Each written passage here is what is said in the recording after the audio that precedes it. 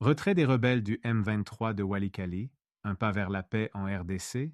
Le gouvernement rwandais a salué, ce dimanche 23 mars, l'annonce du retrait des rebelles de l'Alliance Fleuve Congo, AFC M23, de la localité de Walikale Centre, dans la province du Nord Kivu. Cette zone était sous leur contrôle depuis le 19 mars dernier. Cette décision marque-t-elle un tournant dans le conflit qui déchire l'Est de la République démocratique du Congo, RDC? Décryptage dans cette vidéo.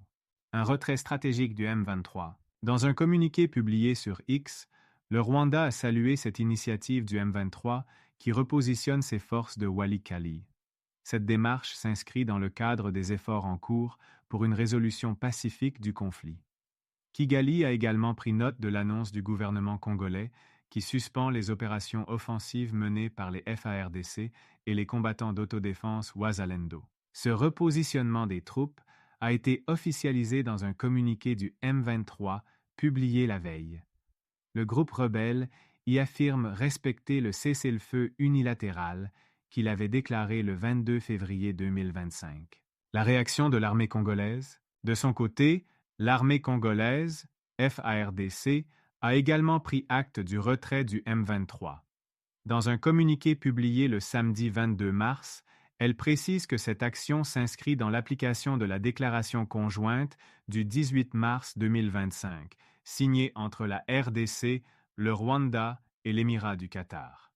Cette déclaration fait suite à une rencontre entre le président congolais Félix Tshisekedi et son homologue rwandais Paul Kagame, sous la médiation de l'émir du Qatar, Tamim Ben Hamad Al Thani. L'armée congolaise affirme qu'elle surveillera attentivement le retrait des forces hostiles de Walikale jusqu'à l'est de Kibati. En parallèle, elle s'engage à ne pas lancer d'opérations offensives contre les rebelles, appelant également les combattants Wazalendo à en faire de même afin d'éviter une escalade du conflit. Un contexte diplomatique tendu. Cette évolution intervient alors que les efforts diplomatiques pour ramener la paix dans l'est de la RDC se multiplient.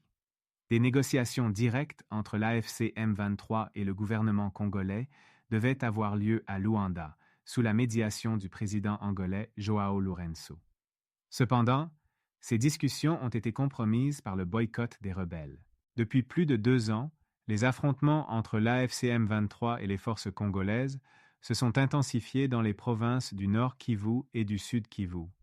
Soutenus par l'armée rwandaise, les rebelles ont pris le contrôle de plusieurs zones stratégiques, y compris Goma et Bukavu, exacerbant ainsi la crise humanitaire et sécuritaire. Conclusion.